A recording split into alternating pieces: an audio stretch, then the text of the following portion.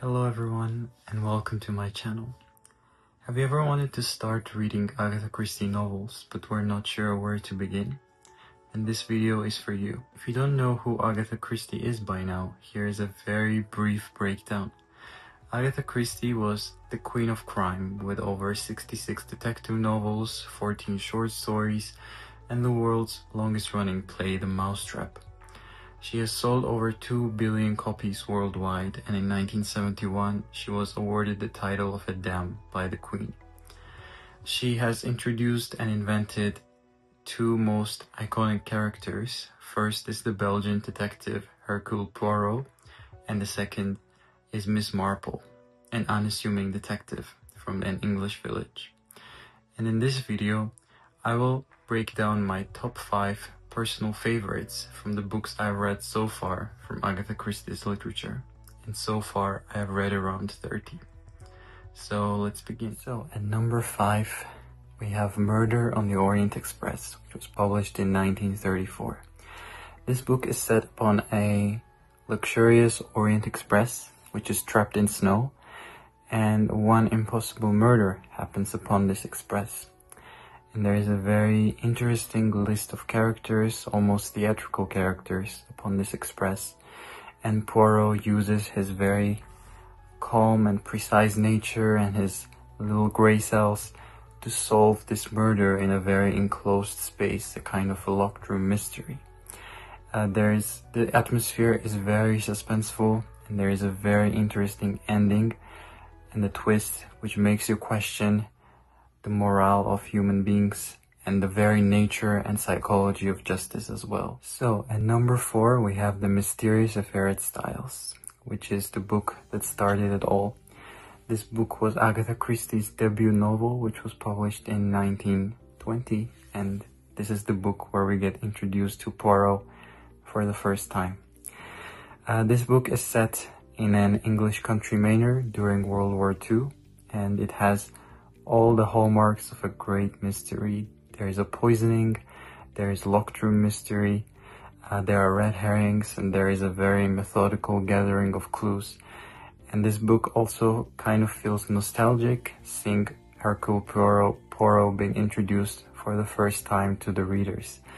This book is relatively more slow-paced and more formal than Agatha Christie's later works, but nevertheless, it's an amazing introduction to this character, and the most memorable moment is, of course, at the end of the book, when Poirot gathers everyone in the drawing room and reveals the identity of the killer, which now has become a classic Agatha Christie trademark.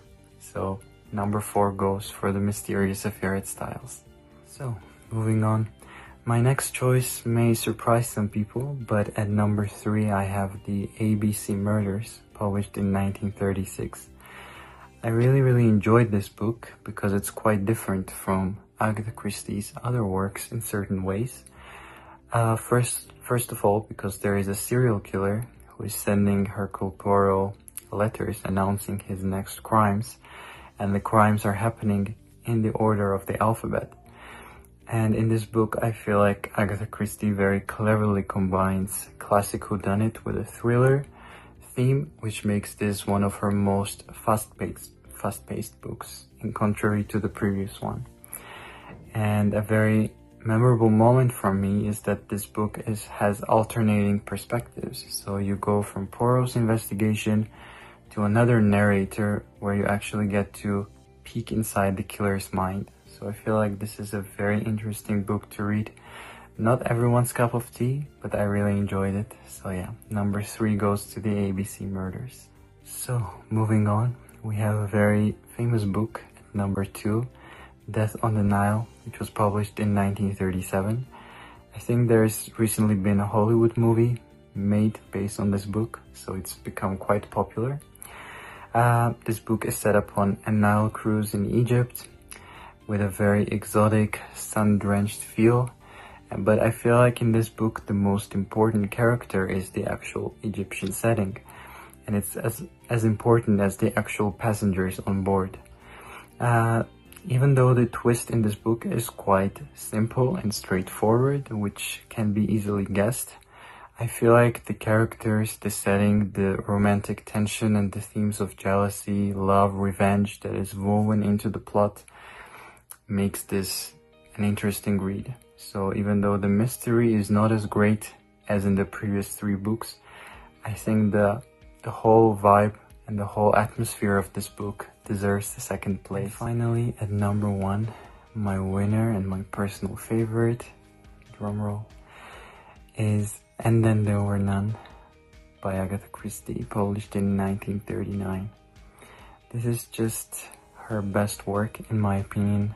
Each chapter is filled with heavy suspense, and it's also a standalone book, so there is no detective. There are just 10 strangers on an island in England, and they're being killed off one by one according to a nursery rhyme. It has a very horror-like pacing. It's a pure psychological thriller, and the most memorable moment for me from this book is when the last surviving character realizes that they are completely alone on the island and there's the killer still at large. So my winner is And Then There Were None. Before I finish off this video, I would like to give a shout out to some honorable mentions. Firstly, many of you may be surprised that The Murder of Roger Ackroyd is not on this list. It almost made the top 5 because of its incredibly amazing plot twist at the end, but overall I found the book relatively slow-paced than the other ones, so I am still giving it an honorable mention. Another one is A Peril at End House, also featuring Hercule Poirot, which has a very interesting characters, a very interesting backdrop and atmosphere, and a culprit which is hiding in plain sight. And at the end of this video, you may have realized that I have not mentioned any of Miss Marple's books in my top 5 or honorable mentions. Well, for me, Hercule Poirot just completely steals the show, but at the end of the video, I would like to still give an honorable mention to 450 from Paddington, where a murder is witnessed on a train and Miss Marple solved this with a very interesting methodology, and there is a very clever twist at the end. And here you have it. These are my favorite Agatha Christie novels that I've read so far. Which Agatha Christie books are missing from this list, or which ones are your favorite? Let me know in the comments. And see you in the next video. Bye bye.